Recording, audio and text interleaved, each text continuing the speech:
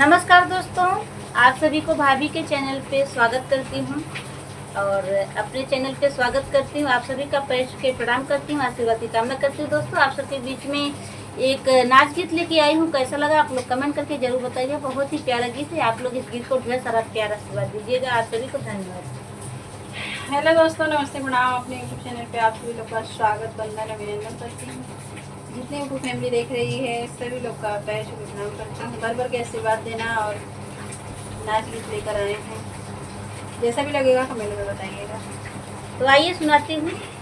कहीं हम कवाना कसूर हो नजरिया से दूर कैला रजऊ, कहीं हम कवाना कसूर हो नजरिया से दूर कैला रजऊ, दूर कैला रजऊ हो, दूर कैला रजऊ, दूर कैला रजऊ हो, दूर कैला रजऊ, कैली हम कवाना कसूर हो नजरिया से दूर कैला रजऊ।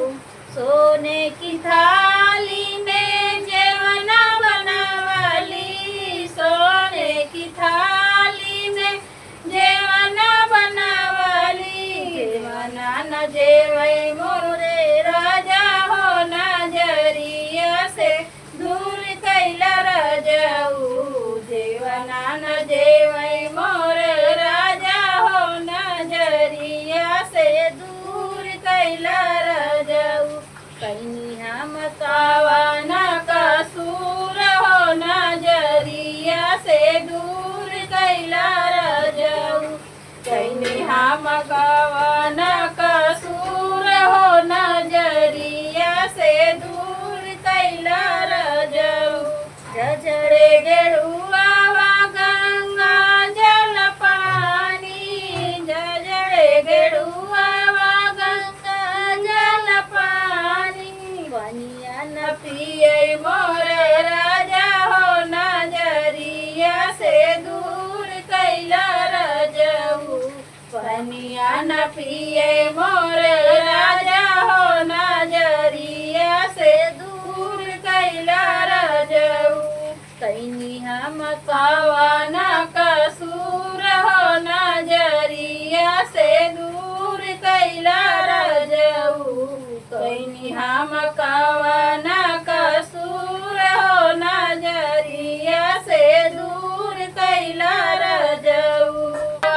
इलायची के बीड़ा जड़ायूं, लवंग इलायची के बीड़ा लगायूं, बीरवा न कूचै मोरे राजा हो नजरिया से दूर कैला रजऊ, बीरवा न कूचै मोरे राजा हो नजरिया से दूर कैला रजऊ, कहीं हम कवाना कसूर हो नजरिया से दूर कैला रजऊ, कहीं हम कवाना कसूर हो नजरिया से दूर कैला रजऊ। फूल ही चुनी चुनी से लगायूं, फूल ही चुनी चुनी से जिया लगायूं, से जिया न सोई मोरे राजा हो नजरिया से दूर कैला रजऊ, से जिया न सोई मोरे राजा हो नजरिया से दूर कैला रजऊ, कैली हम कवाना कसूर हो नजरिया से दूर कैला रजऊ, कैली हम कवाना कसूर हो नजरिया से दूर कैला। तो दोस्तों, बारिश बहुत तेज हो रहा है। आवाज आया होगा तो आप लोग समझ लीजिएगा। बहुत ही तेजी से बारिश आया था इस गीत में। आप लोग भी आनंद लीजिएगा इस बारिश का।